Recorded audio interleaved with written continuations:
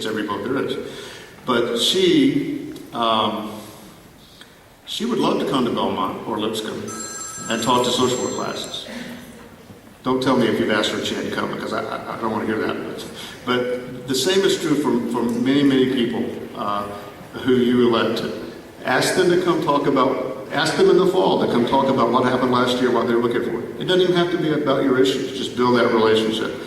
So I'll get off the idea of relationships, but just think about that when you get back home. The second thing is to do your homework on the legislator as well as your issue, as well as the legislation. You need to know who you're talking with.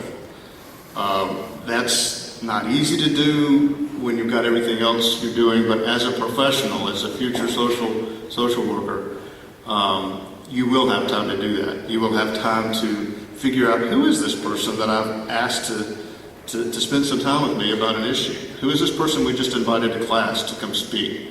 Find out who they are. It's easy enough with web-based research. It's easy enough in terms of talking to people who know. And also know what you're talking about specifically when you talk about any piece of legislation. Don't make things up. Understand what you're doing and why you're there. It's a little late for that now today, in a way, because homework is best done before the test and stuff like that. But you get the idea. For the future, be prepared on who you're talking to and what you're talking about. Number 3 is a hard one for people to hear these days. The third tip I have for how you should approach this is to respect your local state elected official, any elected official. That's the verb I chose very specifically. I did not say like the elected official. I did not say agree with on every issue. The verb is respect, and they can certainly tell when you've got it or when you don't. They can tell that. It doesn't have to be something that means you love who they are and how they voted, but for the sake of this process and the fact that they have something you don't have. Somebody elected them. Nobody elected us. They deserve respect. They deserve respect because they're part of democracy, and if you don't like them, change them. But respect them while they're there and make sure that comes through as you talk with them. Number 4 is provide short, clear information. I'm a lawyer. We don't have any complicated information, and we have no jargon at all. But social workers do, I know. Every profession has their own set of vocabulary, their own jargon. Legislators don't want to hear that. They want to hear words they know. So make sure that your information is understandable. You're not writing a thesis. You're providing oral and written material that they can understand and grab hold of. It has to be short. It has to be clear. It has to be in common sense words. Short sort of means one sentence. I'm sorry, one page. You don't want to give somebody a social work journal review. They're going to take that and they're going to read it right before they vote, and then they're going to vote just how that journal article said. No, it's not that way down here. This year they had 1,800 bills filed. It was the smallest number in 10 years. 1,800 bills they were supposed to be familiar with. So no, they're not going to read your medical journal article, your law review article, your social work journal article. They're going to read bullet points that don't go on for more than one page. So that's a very important tool, a very important thing to know. Number 5 is be honest. That sounds kind of Mickey Mouse, but you'd be surprised at how many people think that number 5 should be clever and cute. No. You have to be totally honest with someone. If they ask you a question you don't know the answer to, you don't make it up. You say, I'll get you the answer. I don't really know. Honesty means you don't overclaim for your position.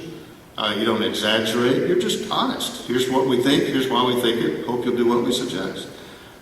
There are lobbyists who have not always been honest with the facts. They are former lobbyists. I mean, a lobbyist, whether paid or a citizen with a view, is only important if their information is reliable.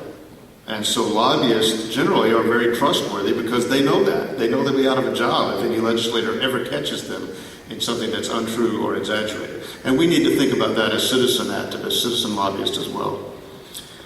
Number 6, check your ego at the door. It's a trite thing to say that you can do anything if it doesn't matter who has the credit, but it's true. Legislators don't always get that. They don't always act as if they get that, but you know this is true.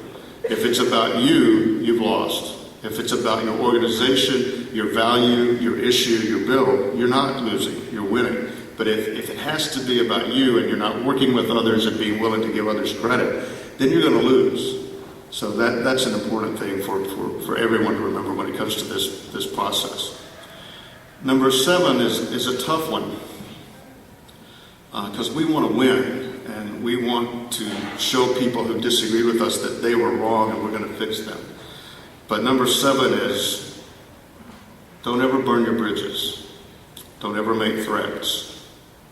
I don't think you would do that today, even if someone says something outrageous. We have a legislator yesterday who, in passing a bill in committee to mandate drug testing without suspicion for anyone on public welfare, proceeded to say, yes, the Attorney General said this was unconstitutional, but it wasn't a good,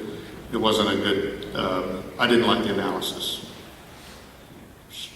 She just dismissed it. The tendency for some of us would be to call her out on that, to say, well, let's see this. This is the Attorney General of the state, and your background is as a person who carved up their desk in the General Assembly. But I'm not going to say that because you don't want to burn any bridges with anyone. There's always a new thing you're going to be needing from them, a new cause, and the person, number 8, is very similar to number 7. Know that there are no permanent friends and no permanent enemies. That may not be true in your life, but it's certainly true in public policy advocacy. You do not want to cut off your future with anyone just because you could not get them to be on your side on an important issue today. Number 9 is to set priorities and be focused. NASW is the best in the world at this and trying to come up through their board action and legislative committee action with very specific priorities that we try to stick to and try to inform our members about. So you don't want to just come down here and have, well, I've got these 17 things I want to talk to you about. It needs to be something that has been identified as an important enough issue for your time and something that you're going to focus on.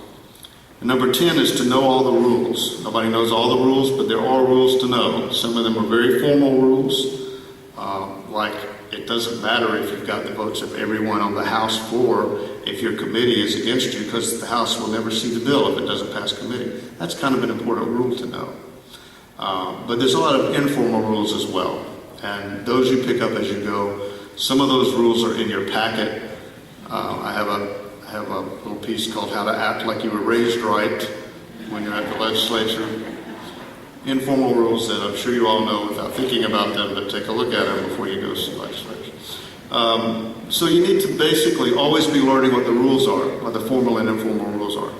If you do those 10 things, even if you're not the world's expert on the issue you're talking about, and even if you're not the greatest donor to somebody's campaign, then you are going to be effective as a social work lobbyist, a social work educator, a social work advocate, just as a citizen advocate. So I hope those will be helpful to you. Before I turn to what we're asking legislators help on this year, I will mention that we're not talking about Congress. We're not talking about writing your congressperson or the president. And that's good, because I'm not sure if everything I just said applies to Congress. Congressional folks have, 10 to 20 staffers. They have one for every committee. They have one that reads their mail, that calls it out. At the state, and they get lots of calls and letters. At the state level, they don't. That's the unknown thing about state legislative work, and I suspect local advocacy with council members and mayors and school boards. They don't hear from us. They don't hear from their public. They don't hear from the people who can vote for them. They just don't. legislators from both parties have repeatedly told me that if we get 5 communications from our area about a specific bill, we think it's a landslide of public opinion. The only thing people call us about is taxes and abortion. Anything else, we just don't hear from anyone. And if we hear five letters or phone calls, we're going to vote that way. And that's stunning, but it's important to realize it. So the idea is that you will make those calls in person or by phone or by letter or email.